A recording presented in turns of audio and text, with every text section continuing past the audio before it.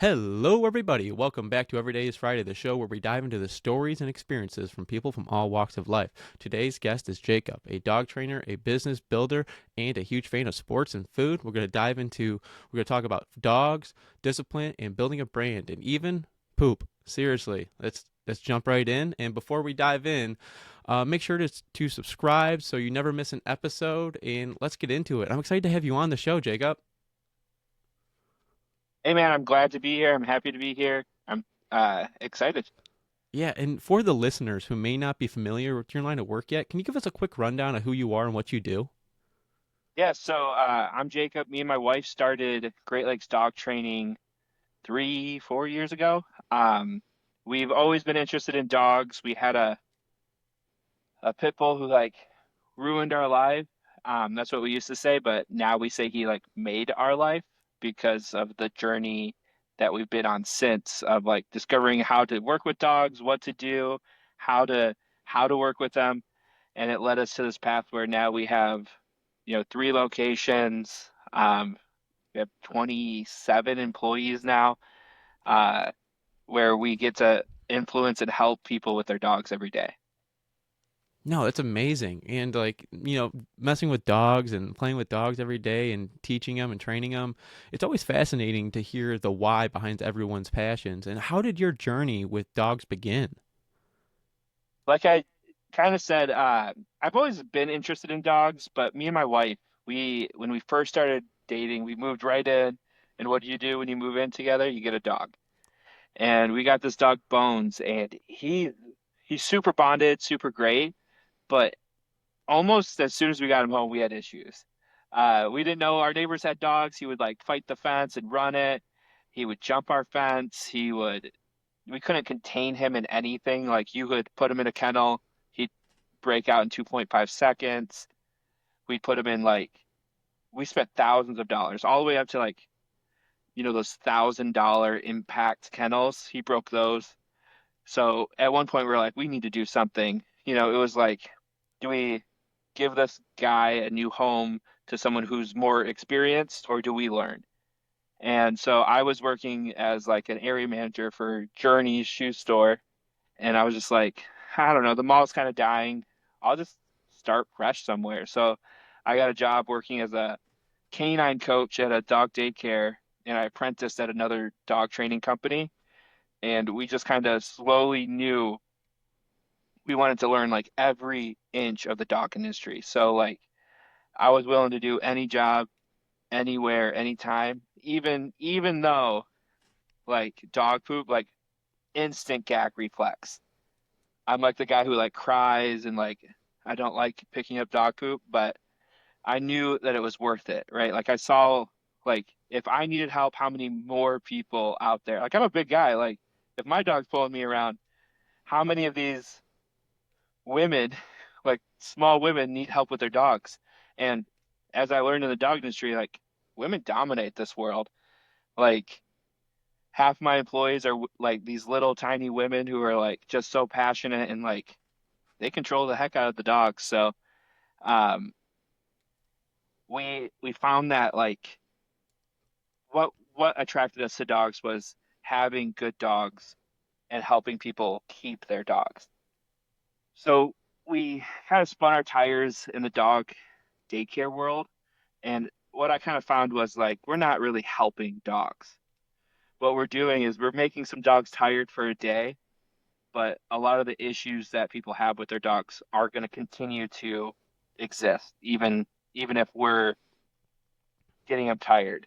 Or we're going to create issues with dogs that were perfectly fine before daycare, but now they're reactive and all this stuff. So once I was done with my apprenticeship, I finally latched on to one of the big franchises and worked there and was a dog trainer for 3 years. I was a head trainer for one of their locations in Virginia, and then it was just time to come home. We missed Michigan. I am Michigan through and through. Like all the sports teams, I get sad missing a game, right? Right now I'm okay. We're filming the Steer and the Tigers game, but they won pretty much, so I'm okay. And then But outside of that, like I just love being home, and this is where like we started. This is where all of our friends and family were. So we got back here, started our company, and we started it. It was just me and my wife, and we started it in our basement in Ferndale. And yeah, now we have three locations: Ferndale, Royal and Bertrand. And I feel like we're doing really well.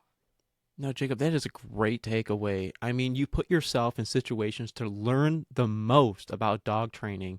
I mean, that is powerful in itself. I mean, I just want to bounce back at what you were just saying. And why do you think women are such good dog trainers? Uh, Women, I think, one care, right? Like they just care. And I would say like some of the mundane things that you do in dog trainings, you really have to care about each thing because you can just like, eh, it's fine.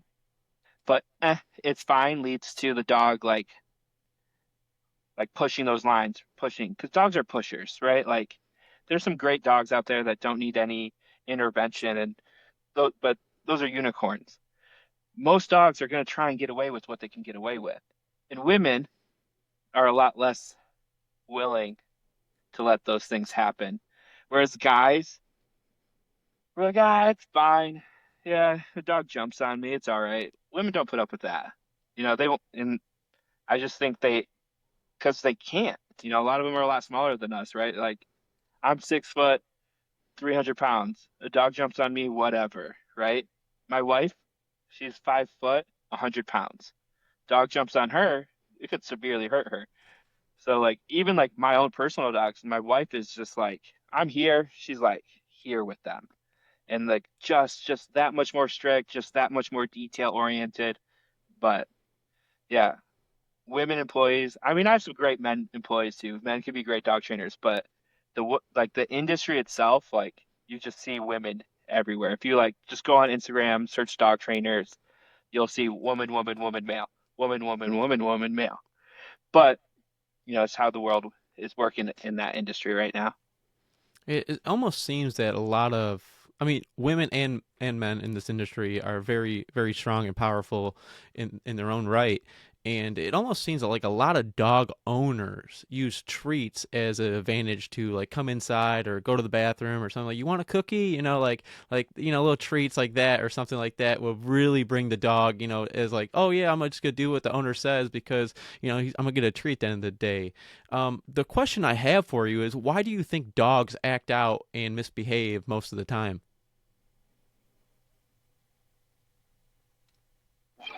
It's it could be a plethora of things, right? But it's basically down to a lack of meeting fundamental needs, whether that is structure, boundaries, uh, or just a complete balance, right? So I see a lot of dog owners want to give lots of love, lots of treats.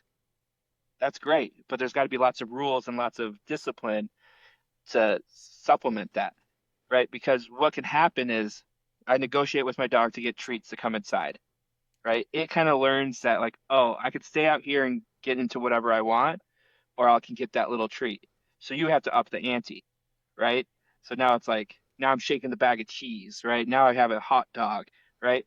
And you always have to up the ante on that reward because people, the dog just knows you have nothing else. Like, oh, that's all you got, like a treat. Well, chasing the squirrel or chasing the neighbor's cat, way more fun, way more instinctive to me than a treat. So, people like up the ante and negotiate with their dog rather than being like, no, you're going to come in. You will get a reward for coming in, but you have to come in, right? Where I think people start negotiating. And then the magical words like it's okay, like, and they pet it, right? And the dog just understands that as positive reinforcement, right? So, like, you go to your friend's house, their dog's a little weird and it's growling at you. And then they go, hey, bud, it's okay. The dog only understands is like, hey, man, this is good. My owner's giving me, physical praise for doing this. So this is what I'm supposed to do, right? So it's like a little confusion, right? Because we can tell a toddler, hey, man, you're okay. Like, that person's not scary. But a dog doesn't understand that. Like a dog just really understands, hey, this was not allowed or this was allowed. So that's where I think the line really gets blurred. And then outside of like the ones with like great owners, neglect. Like when a dog is left to its own devices, has to lead for itself, has to do these things, they create weird behaviors. And that's way harder than like a dog who might have been smacked. Now those have their own problems, but neglect, coddled, those things kind of really lead to misbehaving. No, that is a great takeaway. And I'm not going to say discipline your dog or anything like that, but I just want to ask you, I mean, rewards and or disciplines. I mean, what's your take on how a dog learns best? You need both, right? Like just like we do, right? Like I don't learn positive only. Like that's gonna get clicks and people hate that we're not positive only. But in the world, like there's natural consequences to our actions. So dogs have to have like if you're willing to bite me, I think a leash pop might be in requirement to, hey, stop doing that. So like there's some communication that says, hey, that's not allowed. Hey, but sit, yes, that is allowed, right? So you have to like use both, right? It takes both discipline, corrections, whatever you want to call it, and rewards, positive reinforcement. Can you dive into that a little bit more? Because I don't have a dog, and I would like to know some of the tricks to having a dog, and someday I want a dog, and I'd like to know some of the tricks to positive reinforcement and maybe a little bit of discipline for a safe way to having a dog. Yeah, so like some basic things, like I always say, like the first thing I'm going to do is put a leash on a dog, and it's going to learn. If we get a young dog, a leash is going to be our best friend, right? Because if we just let that dog off leash and let it, it's going to do whatever it wants, right? Jump on the furniture, do this. But if we want boundaries, the best tool we have is a leash and a collar. Hey, nope, get off that. No. And you like micromanage at a young age.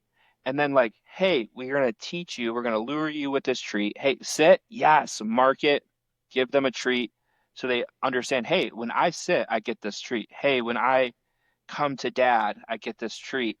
And slowly they'll learn like they want to do the bad things less because there's no reward and it kind of sucks, right? Baby sucks to do this behavior. And when I do what he asked me to do, I get this reward. So the dog is like dogs are like us, like they want the easiest road, right? So they're gonna be like, it's just much easier to just do what he says than have to, you know, get in a fight with dad and not get anything out of it. Does that make sense? Yeah, that makes really good sense. And how important is consistency when training a dog? And what's the best methods for that? Consistency is everything. Like you can do the wrong thing with a dog, but if you're consistent enough, like it'll follow along. Um, I'd much rather be consistent than be perfect. Because if we're consistent, like and that's between me and my wife, me and my trainers, me and my staff. Like if we're all consistent, the little things become so easy, right? Like even at my staff, like I have dog trainers, I have kennel staff, right? When the kennel staff takes my dogs out to go potty, they're not trainers, but those dogs have to sit for them. They can't pull them around. So there's rules even for like the people who don't actually train the dogs. So they're always consistent. So by the time we're sending that dog home, that dog, even when we pass it off to the owner who's novice, who's not great at dog handling, the dog's like, "Yep, I gotta sit at the door." Right? So it like translates a lot easier. Now, how do you make a dog more people friendly? Is it when it's younger? I'm just gonna speculate because this is what I've heard. Is it when it's younger you bring it around more people and more dogs? Yes and no.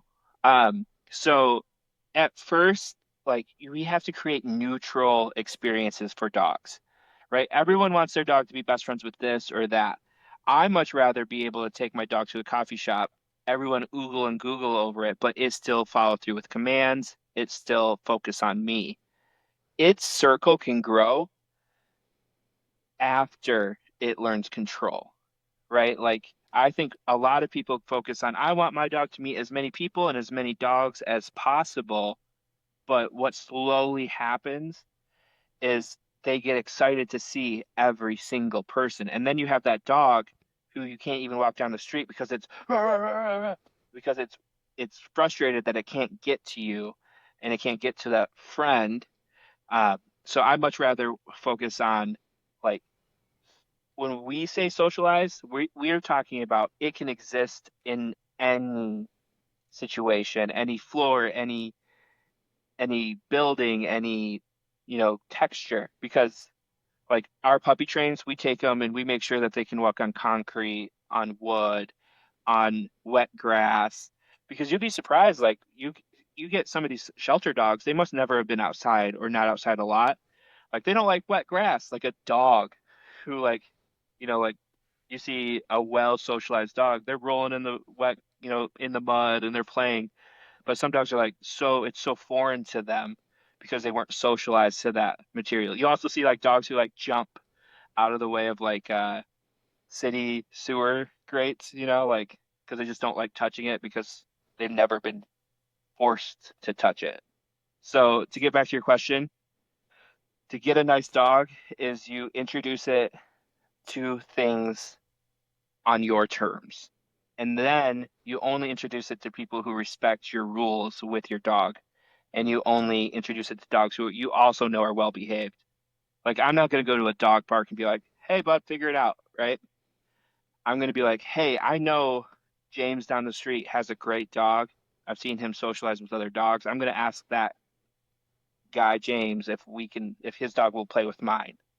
And then we can go, oh, look, that's not a good fit, or oh my God, look how happy and how great they are together. No, that's a very, very powerful point there. And so training's first, and then socializing second. I mean, what are some of the early signs a dog owner might be training its dog wrong? It's failing everywhere, right? So like it is because dog training is like a pie, right? So like we might at one time in a dog's adolescence have like one piece missing, right? Like, oh, potty training's going not so great, but it's socializing, it's obedience is good.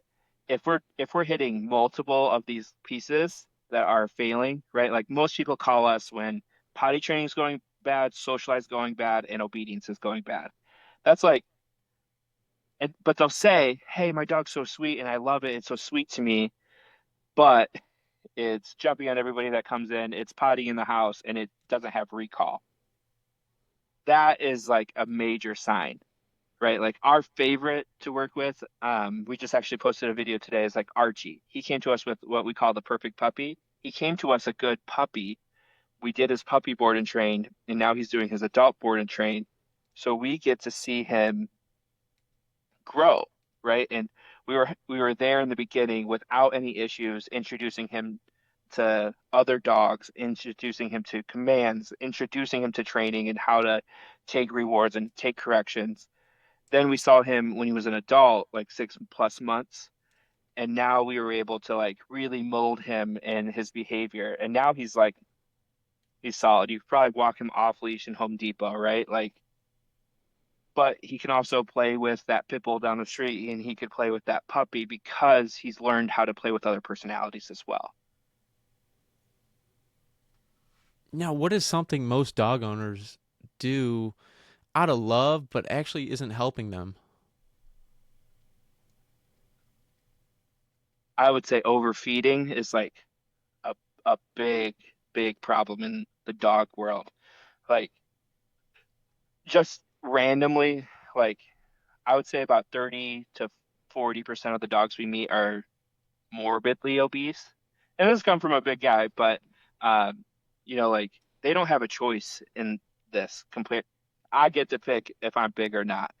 That that pit bull, that lab doesn't get to pick if it's big. And if we keep feeding it, there's going to be other behavior issues, right? Because the dog's going to be more uncomfortable, which is going to make it feel vulnerable, which is going to make it probably lash out more, right? And when those things just trickle down, I think overfeeding is a huge, huge problem in the canine industry. No, that's the kind of truth that people need to hear, even if it's hard. I mean, um, I've seen these bowls for little puppies to eat slower. They have the little like grooves in them, stuff like that. But you're just saying overeating in general, overfeeding them does a lot of damage to them over time. Yeah, eating fast, I mean, that's more of a digestion problem, right? Like that's going to cause them to throw up or just have stomach issues, where like overfeeding is going to have major lasting issues. So overfeeding versus like needing to eat slower, two different things. Like my lab, he demolishes food. So when he was younger, we had to use a slow feeder. But as he grew up, he like knows how to pace himself. But when you have a dog who's used to, like, let's say it should get 4.5 cups of food, right? And it's getting six on a consistent basis, right? One, trying to go down ever is going to be super difficult, right? Because it's going to be like, hey, I'm starving. And then two, it's going to have physical problems, right? Like, I'm sure vets are sick of seeing dogs with torn ACLs and like ligament issues and heart issues, and they're always trying to find out why. It's like, well, your dog's 20 pounds overweight. Like just like people when they're overweight, their hearts and their ligaments have issues. So your dog does too. Yeah, I want to bounce off the question I just asked you again. I mean, what's something most dog owners do out of love that actually isn't helping them? I've seen a lot of dog owners um, take their dogs out for walks, but the dog is walking them instead of you walking your dog. Is there any tips for that you can share? Oh my gosh. First, get rid of your harness and your flexi, like the retractable leashes, because that's just going to encourage a pull, encourage the dog to be ahead. I like something high and tight, like a flat collar or a slip lead, and introduce it to walking, and don't let the dog walk in front of you. Like, I don't know how you do it, right? Like whether it's a leash pop or, you use a treat to kind of lure it into place, but encourage the dog to walk like we kind of describe it like holding hands with your partner walking down the street, right? Like if your boyfriend or your girlfriend was dragging you down the street and like, hey, look at this dog. Hey, come talk to this person. Hey, smell this. You'd be like, you wouldn't want to walk with that person, right? So walk with your dog at your side, train it, right? Like train it heel. I put like treats in my hand. I kind of guide them into that position on my left side and I slowly feed them treats, marking it heel, yes, good. And then eventually the dogs, and I add like leash pressure, right? Like, hey, nope, they're too far ahead. Just like little, like, I'm talking like leash pops, and then encourage the dog to be there. And then once it is there, mark it. Give them some of that treat out of your hand. And then you kind of just don't allow the dog to pull you from a young age, and it won't happen later. Now, if you're adopting a dog, the dog's going to need like a reset, right? You're going to have to like break some bad habits. So you might need more intervention with that. Now, Jacob, with all your years of experience, what's the weirdest dog behavior you ever had to fix? Actually, my wife had to do it. We had this little dog, Charlie. He would spin like so you'd be like, "Hey, Charlie, sit." He'd spin neurotically until he like came out of it, and then it would sit. And it was causing like a lot of issues because the dog was just like, wasting half of its day spinning, like, and most of it, I think it was just kept in a crate too much, and it was like freaking out in a crate. So we really had to like show this dog a little bit of freedom. And we corrected him like, hey, stop that. Just sit. And all of a sudden he could just sit. But it was weird just to see a dog just spin and spin and spin. Weird. We've also, I mean, so many weird things. Dogs who eat poop, that's gross. and weird. But yeah, those tail chasers and the spinners, you're like, hey man, you're all right. Sit down. No, are all these most of these dogs that you see, are they a little bit older that have these problems? I mean, sometimes, not always. Sometimes like dogs just come out with a little bit of, eh, like whether it's genetically or how they were kind of raised right at the beginning. But I've seen dogs with severe aggression all the way down at like 12 weeks old. And we're talking like wanting to bite the owners, attacking other dogs. And yeah, at least three or four cases where I met dogs at 12 weeks old. I'm like, that dog's aggressive. Like, not like reactive or not this or that, like actually aggressive. So, more or less, it's like I could, if we probably met the parents of the dogs, they were probably aggressive themselves or under socialized. And it was just like genetic kind of makeup of that was bound to happen. But we intervened in both the cases, and the dogs they're great. They actually still come to us to this day for daycare and boarding, and they're doing great. No, that makes sense. And can you train a dog without saying any words, or is it just using body language is the way to do it? So you can train without saying words, but and we've done it. I've had mute clients before who didn't speak, so we did a lot of like hand signals and like just using pressure, and like a remote collar, so the dog could know when the owner is asking it what to do. Um, but I just use words, right? Because it's the easiest way for me to communicate to a client. Like, hey, this is what you should do. This is what you can't do. Now, like my personal dog, Battle, like he knows three languages, like like I can give him hand cues and he knows what to do. But I mean, that dog's got like, I don't know, 5,000 hours of training in. Poor guy. Yeah, it seems like it all starts with training. And like I was saying before, with all your years of experience, I'd love to ask you, how do you introduce two dogs that's never met each other before? What's the best tips for that? Whoa. So for us here, like my belief is like dogs do want to interact with other dogs, right? So first we usually either go for a walk, like well-behaved dogs, and we kind of test them. Like we'll walk them right up on the butt, walk each other up on the butt. We'll walk them right next to each other. Then we'll put them on place next to each other. Then we'll release one, let that one sniff the other one. If there's no bad vibes, we'll take the leashes off and we'll let them kind of interact together. Um, because I find a lot of time, like, have you ever seen like just walking down the street, two dogs like go straight at like nose to nose, like on a leash?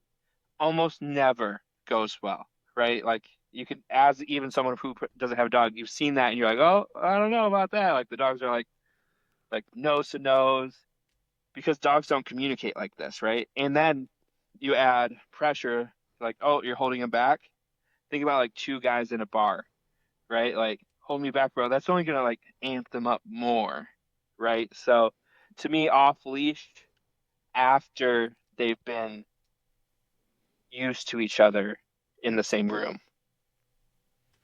No, that makes sense. And I feel like a lot of training would have to go involved into a lot of stuff, how your dog, acts around other dogs and, how much you introduce it with other dogs before you introduce that dog to someone else. And I saw something the other day that said that dogs naturally know that babies are babies and they don't really do anything about them. They kind of care for them. It might be true, it might not be true. Don't recommend, sharing your dog with your baby if you don't feel comfortable with it. And Yeah. but you mentioned it before. Do you think dogs pick up on our energy? 100%, right? Like I can think back over the years of like someone telling me like I've managed a lot of trainers over the years and someone telling me like, hey man, like this dog's just giving me a hard time. And then you find out like something they just broke up with their girlfriend or they got in a fight with their parents and like they're their energies were off and the dog was like super riled up because that dog will feed off the energy, man. That energy goes straight through that leash to that dog. I have so many clients who are like, your dog is great. Your dog reacts because you panic and your dog feels that. And this is how it comes out, right? Like, I think about one of my best clients. She's gonna be mad at me, but Lindsay, like, she's even in like some of our ads and some of our stuff. Like, when she gets worried about Maisie, she like almost stops breathing, and Maisie's like, you could just see her like change from like this like to what's going on, like in like so intense, and she's ready to like protect Lindsay at all costs because of Lindsay's energy. So I'm always like, hey man, be a duck. Like you can panic on the inside, but like on the outside, just look chill. So yes, to answer your question, yes, dogs pick up on our energies. They know more about you than you think you do. Like so my wife just we just had a baby weeks ago, 3 weeks ago. And when she was first pregnant, we kind of knew before we actually even took a test because like the dogs were softer around her. Like they were calmer. They're like they weren't jumping on her nearly as much. My dogs get really excited and we allowed them, but they were treating her a lot softer. So it was like they know what's up, and it's like weird to see it. And then you said something about like I wouldn't recommend sharing your baby with your dog if you don't want to. So we have like a 3-week old newborn, and we take it slow. Like all of our dogs like kind of just like be on place, be around, but we want them to ignore her at this stage of her life. Um, we'll take some time, like if we're like holding her and the dog just so happens to walk by, like if they sniff her, we're not gonna be like, no, don't do that. We're just like, hey, like good job. So they all kind of like have met her slowly on their own terms. And what I thought, like old Bones, he's about 11 or 12 now, and we thought he was gonna be like Natty. He's like, that thing's stealing my attention, and I know it. And all the other three are like, "What's? We got a new best friend." Like they're so excited, and he's like jealous, older sibling, like so he doesn't even pay the kid attention, which I hope changes. But right now, he's like that kid stealing mom's love. Yeah, only time will tell on that one. And I've seen the videos before that people are talking really just mean things to the dog, but they're saying it very nicely and a nice energy. And the dog is just wagging his tail, just very happy. And then it changes its attitude and it's saying something super nice, but in a mean tone, and it changes the dog's energy. And like certain things like that, I mean, you start realizing that it's the way you present yourself, to the dog will actually be very powerful long term. Do you recommend? I've heard this before too. Not showing your teeth to a dog.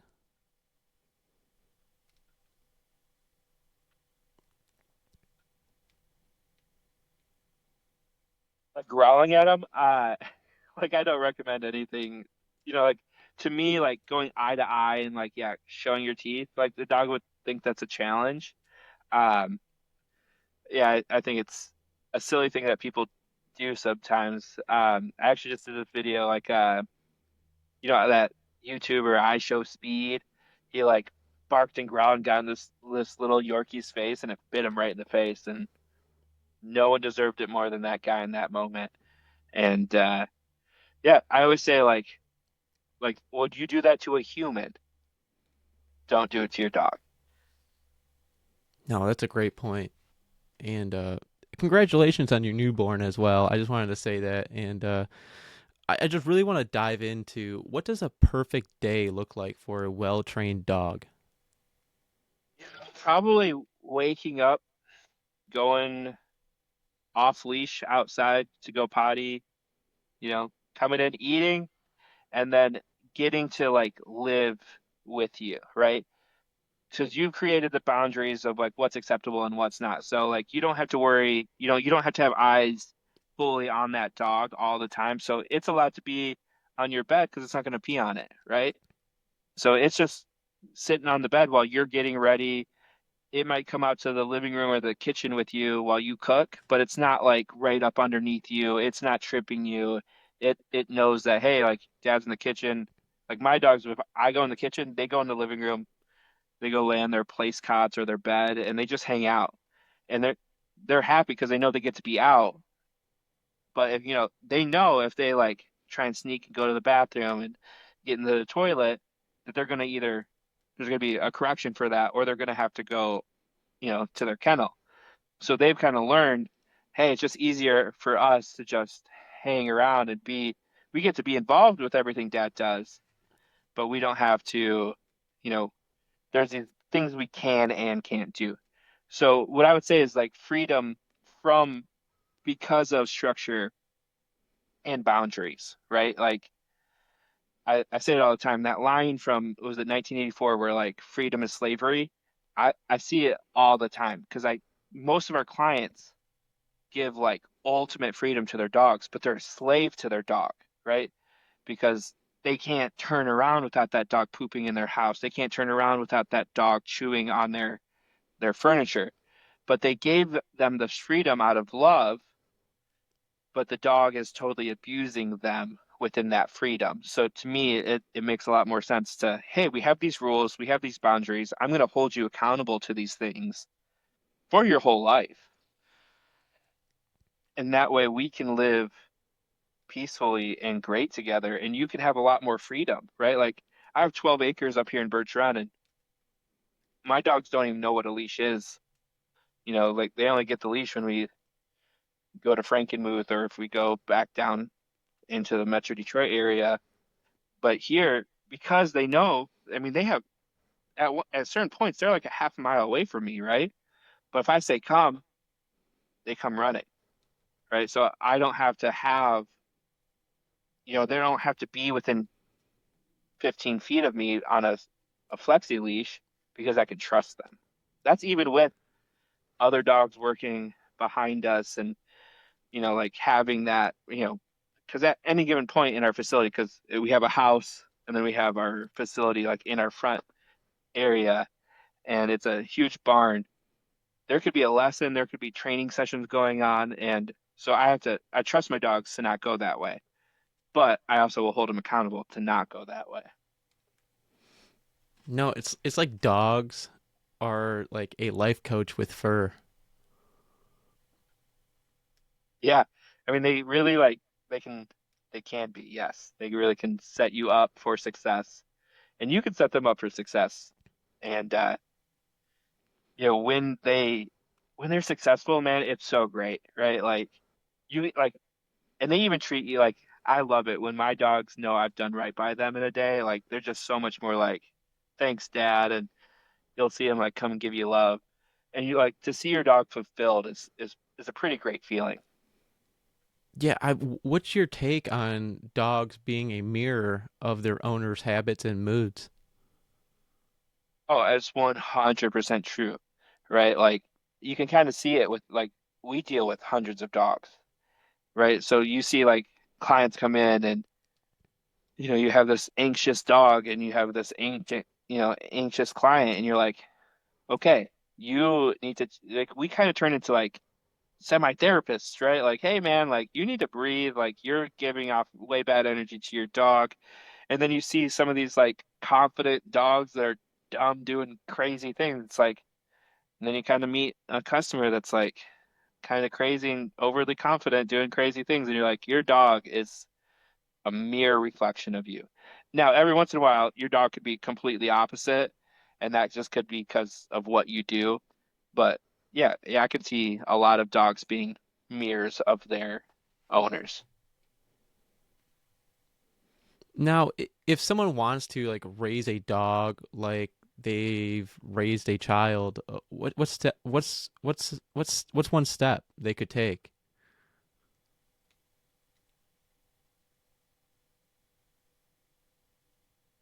Remember that it's not a child. Like that would be my first step to take is like this dog, if it was raised only by another dog, would have harsh consequences for its behaviors, right? Like moms do not play with puppies. I don't know if you've ever seen like a mom with puppies, but let's say they get too rough with her. She's gonna snap at them, right? Like she's not gonna be like, "Oh, no, don't do that," right? Like where we might with a child, right? Like we're not gonna like like dogs need that like a little bit more firm hand. So just remember that your dog is not a child and needs just different things, if that makes sense. Now, what are some of the biggest challenges in running a dog training business? I would say people, like in general, like yeah, because and it could and I'm not saying like employees suck. My employee, like I am so thrilled that like I got blessed beyond imagination. The first hire we ever had still works for me, and I would consider her like family. Uh, but I would say like because people have things that come up, right? Like like being flexible with people, like whether they're going through something financially or sick or mental health is huge today. I would say it's just dealing with making sure that, hey, we have this many dogs booked and we need this many people to take care of them. So having a roster and a staff that like even if someone drops down or is sick or has to go, we have people in place that can take care of that many dogs. So technically we're always overstaffed at all of our locations because we just kind of have to. Um, but yeah, like any business, it just starts with people at the end of the day. Yeah, there's always more going on behind the scenes, and that's one big step that not everyone is thinking about. I mean, why did you decide to grow a team instead of doing it all alone? A couple of reasons. One, like I'm a big believer in like growth in general. Like I like to like every company I ever worked for, I just wanted to get promoted and work my way up. So like I just love that and I love that mindset of like can we do bigger and better? Uh, but to actually make that decision was like we're kind of stuck here, right? Like me and my wife, we could train 10 dogs and we could have had a pretty dang good life. Me and her working 10 dogs, five each, out of our house. But when it comes to a certain point, it's like, one, it's not obtainable for us to physically do that forever, right? Like Liz had a shoulder injury.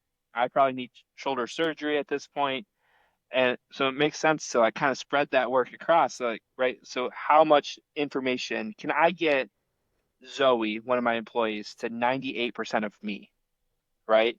Where I'm not even 98% of me right this second because of injuries, right? So like, can I get them closer to perfect, or I'm not calling myself perfect, closer to me, so that way there's multiples of us and we spread that work across more and more people.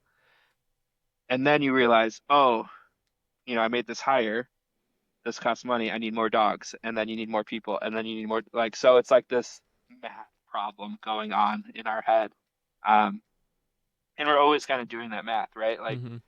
even we have the three locations right now, like, doesn't mean I'm not going to think about, like, if a perfect situation with a with more space ever popped up, I have to think about it because it could make a lot more sense. Yeah, that's such a good point. Because if you want to grow the business, you need more people to help you with the business. I mean, to do what you want to do in life, you have to actually take a risk out there, and you took some risk on taking on some people, and it's worked out for you so far. What's one thing you've learned about leadership from running your business? Like, from running the business, I would say, like, just answering people. Like being present. Like it doesn't mean like I don't have to be in Royal Oak every day. But if someone in Royal Oak has a question for me, answering it to my best ability and being honest when I don't have the answer. Um, because I think a lot of people like that transparency and just being there for them. A lot of people just want to be heard, like, and hearing them. And like, we've all worked for companies where you've seen them listen but not do anything about it. Uh, so like when my employees give me valuable feedback that's I think like accurate, because sometimes you have to like listen, you have to take in something you're like that, yep, we'll never do that. Right? Like that's not my business model, that's not me. Uh, so you kind of have to filter that stuff out, but you have to do something about things that really make sense to change. Now, how do you keep your clients happy when dealing with all kinds of dogs and people? Again, I think it comes down to transparency and being like honest and open with people. Um, like if we make mistakes, we own it, right? Like you'll never see us like that didn't happen or they're doing this. It's like, hey, like that happened, like we apologize and we try and just fix it, right? Like what can we do on our end to make this right by you? Some people are like adamant they want a refund. Some people are adamant they need more of this or more of that. And we're just here to kind of bridge that gap because I can't give a refund to everybody that's not happy, and I can't give uh, more training to people who aren't doing their side of the the work, right? Like Mm-hmm. because even you have a dog, I train it, right? And you go home and you don't do anything I taught you what to do, you're going to be unhappy with the product you paid for. But whose fault is that? Is that my fault necessarily? You gotta take everything in stride, but also like I think we also want to make sure that we're always giving the client the best experience, whether that's making sure our report cards are really good and that they're getting valuable feedback and making sure the trainers are training those dogs really well and that those dogs go home great so they don't have that many issues to be that upset with. Yeah, giving the client the best experience and having the trainers that are capable of training to the best of their ability. That is great. That's a great takeaway for all business people out there. How did sports play a role in your life growing up? Oh man, I mean like watched them all, but I played mostly football. Just that competitive edge, right? Like I think it just being competitive helped me want to be successful. And I wasn't good at school, so like I had to find something to be good at. So it turned out to be this, like talking to people, growing my business, making like making the best product available so that we can compete in the market. I think that sports just really gave me that goal, like a goal, right? Like to be better than you were yesterday, and better than your competition. No, that's a very good takeaway right there. And to all Detroit teams, go Detroit. And I really want to ask you this one too, because like, do dogs seem to act differently depending on like what sports are being played and the energy around them? No, right? Like I've watched UFC fights. I've taken dogs to baseball games. I've taken dogs to football games. I don't think they care. Some dogs are like, "Whoa, this is exciting," but again, it's really like that goes down to how you've worked with them, how you've trained them. Have you had them around? Because dogs just take general excitement, right? They're like, "Oh man, this is everyone's excited here. Like, what's going on?" And if they don't know, if they've never been around that, right? Like they get super confused. So it's all about it. It goes back to training. Yeah, it seems like the number one thing to this is goes back to training and training and training and getting the reps in for the dog. Now, why do you think dog training is misunderstood by so many people? Well, I think dog training, like, dude, you go on one of my posts or you check the comments on our ads, and you'll see this is crazy expensive. Just train your dog yourself, or do this, or they're mean because they tell dogs no. Um, I just think one, it became a little politicized for some reason. Like, I don't care what side you vote for. I'm just here to help dogs become better. And I want to take, I'm not going to say like the easiest way, but the way that makes the most sense to them, right? Like, so I think a lot of dog training is misunderstood because people want it to be a certain way. People want it to be nice and soft and cheap and free, and it shouldn't be this, but that's not the reality of the world, right? Like, nothing is free. And, like, how valuable is your time, right? Like, we can sell you lessons and that's a lot cheaper for you, but you have to do almost all of the work. You have to be the consistent one. Or you can send your dog to me, and this is the quote unquote expensive way, but to me, like per hour, you're getting a steal because I have your dog for 2 weeks straight at our top price. It's 2,800. I mean, do the math on what I get paid on the back end per hour, right? Like I'm probably paying my trainers more per hour than they are paying per hour that dog is with me. So, like we're doing the consistent part. We're doing the hardest work that you guys don't have to do, and you just get the final product of like you just have to maintain it, right? It's a gym membership, right? Without having to go to the gym. So And how plus, you're valuable with a is that to you? professional like you. Yeah, and we're going to, you have a dog out, you're going to give it 25 to 30% of your attention, right? Me or my staff have your dog out, it's got 100% of our attention. Yeah, that's a great takeaway. I mean, just time crunching alone. I mean, not everyone knows how to train a dog, and taking it to a professional like you, it's really game changing. It can change the dog's whole life, how it acts throughout its rest of its years. You know what I mean? Yeah, I mean, we've seen dogs who are like, I mean, I would say like 10 to 20% of our clients are like, hey, like we're going to get rid of this dog or we're going to put this dog down, right? So you might call us expensive, but how much is a dog's life worth, right? Like at the end of the day, like how much is your peace of mind, right? Like how many dogs get hit by cars, right? Where training could have prevented that. How many dogs get into rat poison under the sink that training could have prevented that? So like there's all these things that like, yeah, it's expensive, but my rebuttal is so is replacing your hardwood floor. So is uh the lawsuit from your neighbor when your dog bit them. So is, the damage to your furniture and, so is surgery on your dog for consuming something it shouldn't have. So I guess choose your expensive, right? You can be cheap on the training, but you're going to be expensive on life, right? Like, because, your time is going to be wasted chasing this dog around. Your vet bills are going to go up. Your expenses because of the damage your dog has done are going to go up.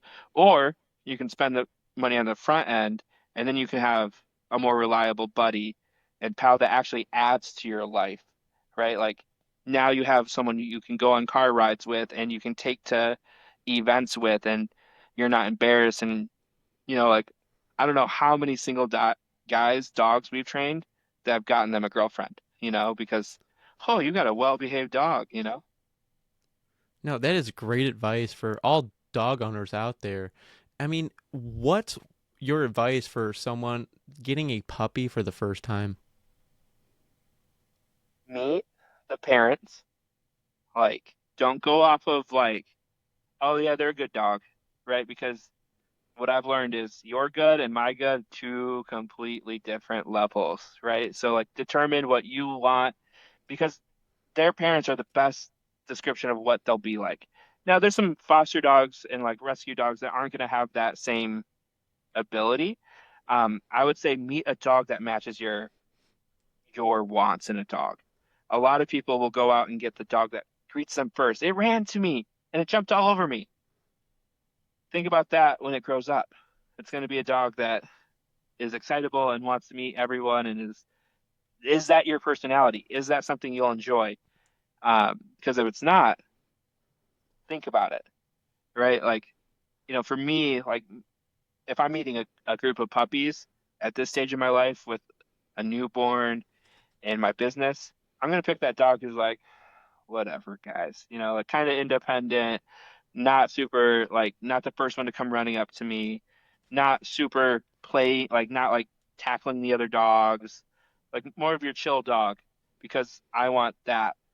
I can help manipulate that behavior into what I think is a great dog. But I have trainers who are like young and getting after it. They might go for that first dog because they want that dog with the drive. They want that dog that they can push, push, push. And I have that dog in my dog Battle, who you see on our logo all the time. And he is that dog, right? I got him 2019. I was feeling myself, and we got ourselves like just the highest drive dog I could get. And he's great, but he's a lot of work. So if you're not ready for a lot of work, don't get a dog with high drive. And that goes for the shelter dogs as well. Like if you see this dog you pull out, it comes out and it's just jump, jump, jump, jump, jump. If that's not what you want, don't get it. Don't fall in love and don't fall in love with a story, because a lot of people will fall in love with like the sad stories and they want to help it. But if that dog is like not gonna fit in your life, don't rescue it just to rescue it, because it'll end up back in that rescue anyways. Yeah, Jacob, what's your take on knowing the dog's breed and what the breed actually is known for before you take on the dog? You better know, right? Like, and sometimes you don't know, right? There's a lot of mutts out there that you will never know without a DNA test that just come through. But like, if you're getting an American cattle dog, you better know that that thing is meant to herd cattle.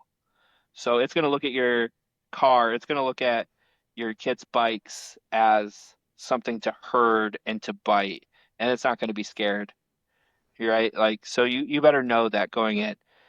Don't go and grab a Cane Corso if you want to be the person who lets everyone come in for the block party, right? Because that dog does not want strangers in its backyard, right? So you better know somewhat of what you're getting into, right? Like even like you have these like little dogs, right? Like, any sort of little terrier, and people are like, this thing's like aggressive. You're like, yeah, it's supposed to kill rats, right? Like it's a rat terrier, and it was literally bred for thousands of years, hundreds of years, whatever you want to say, to kill rats. So it's going to have a high prey drive, right? So like know what you're getting into, I would say. No, that's a great takeaway. Can you dive into that a little bit more? What other dog breeds are out there that have certain, like, because I was looking at like, even beagles. They have their own thing. I mean, they howl. You know what I mean?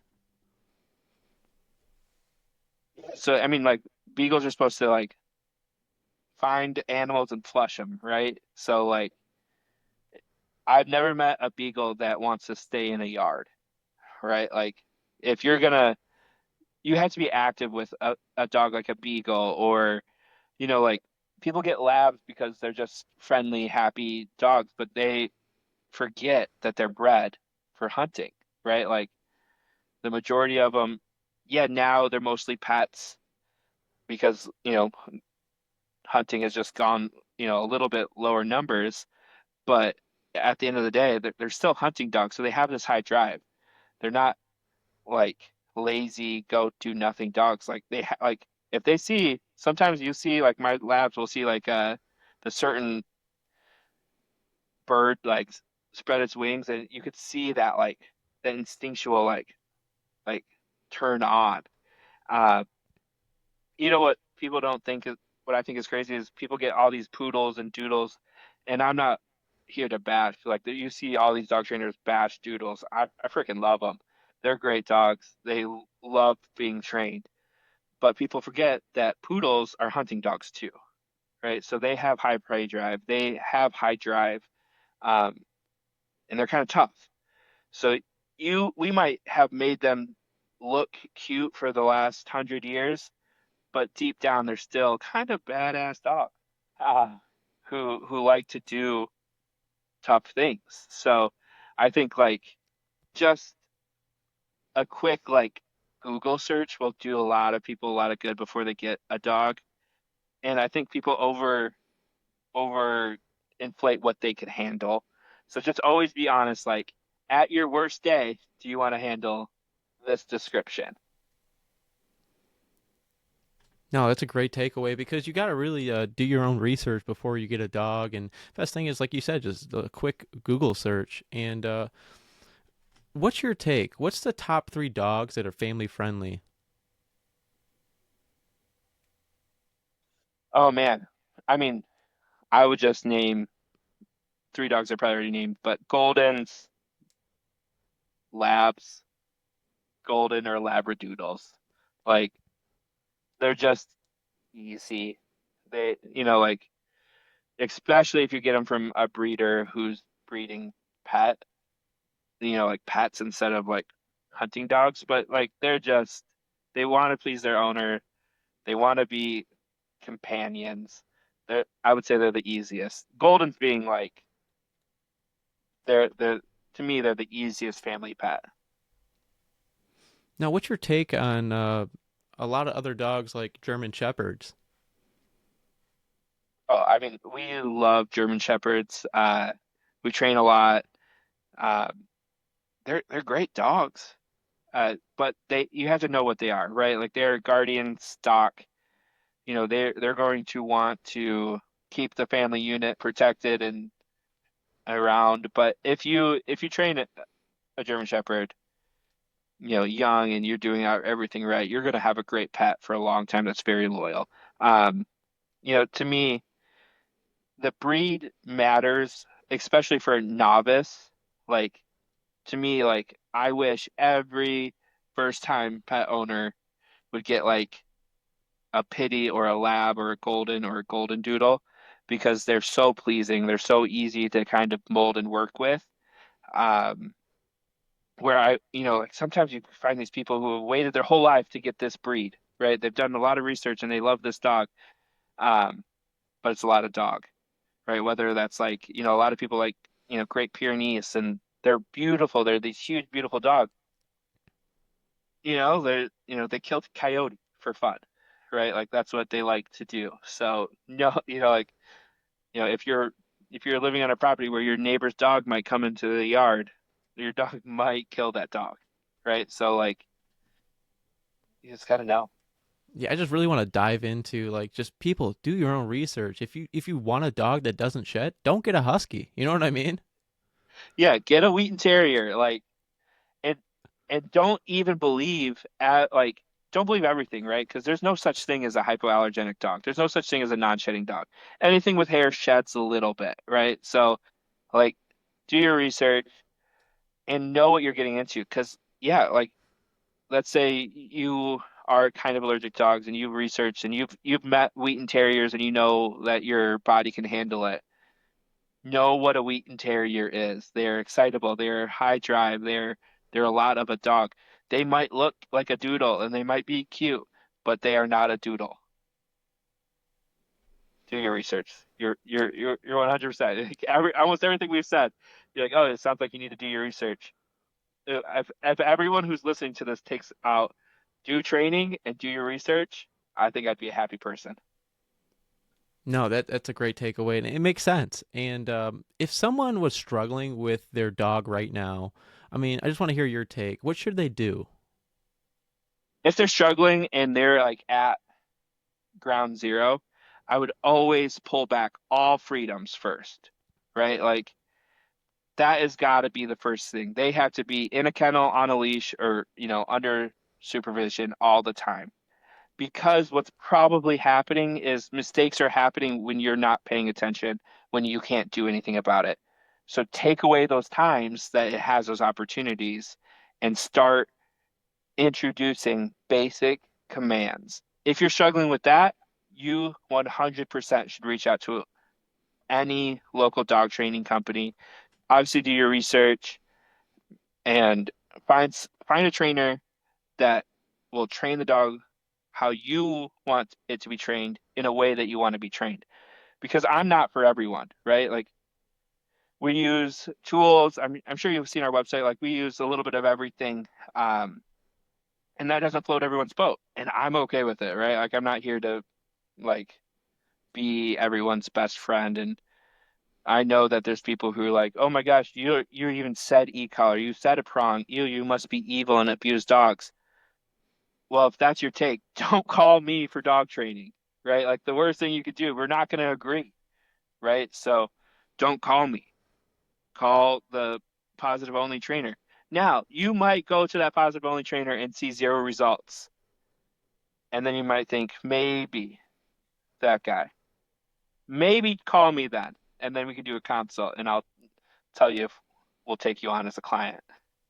No, that's a great take, and it gives a lot of people hope. And I mean, at the end of the day, if you don't know what you're doing, find someone that's professional in their field, exactly like you, Jacob. And a lot of people just got to really do their research in what the dog is all about, and that's basically a lot of the people that have bad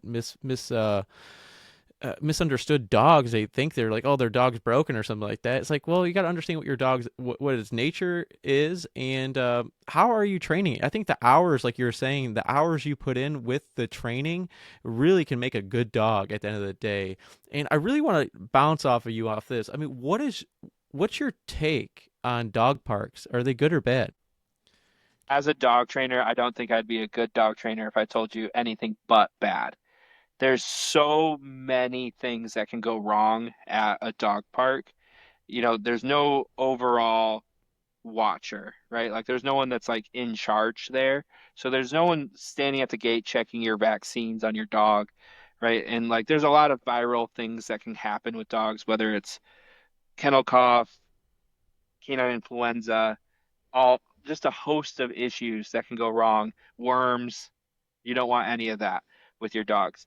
And then on top of that, no one's making sure that only good dogs are coming into this park, right? Nothing's stopping that lady who just adopted that dog aggressive dog from coming in and bringing their dog who they don't know at all to a dog park.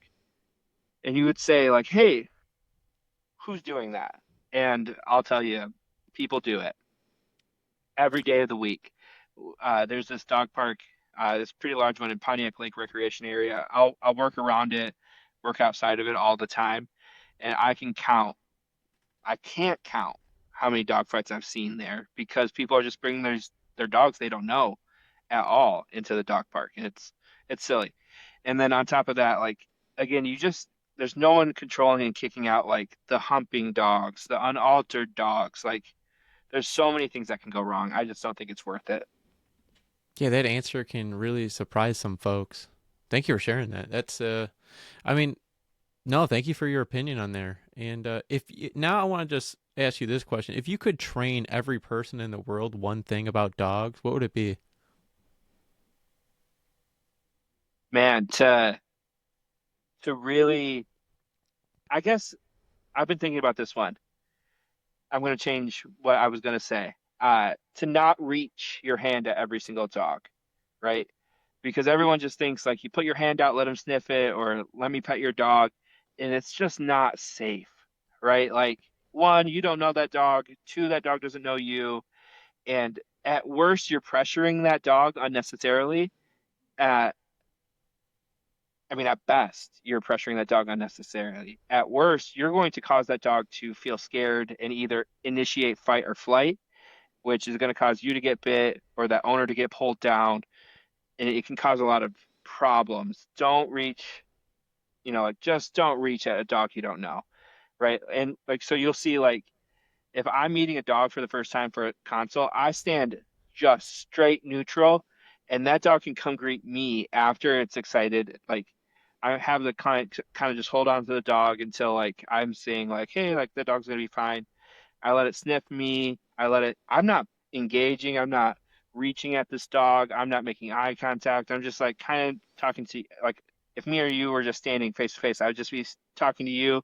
If the dog greeted me, great. If it didn't, great. Like I'm not going to engage with that dog until it engages with me. No, that's a great point. And I've even heard that people that have perfume or just any type of anything on their body that the dog doesn't like, the dog might not like that, on someone that if you're petting the dog. It could be silly reasons, right? It could be your brother's uncle's cousin's nephew's niece has a beard and came in excited one day and now it doesn't like people with beards.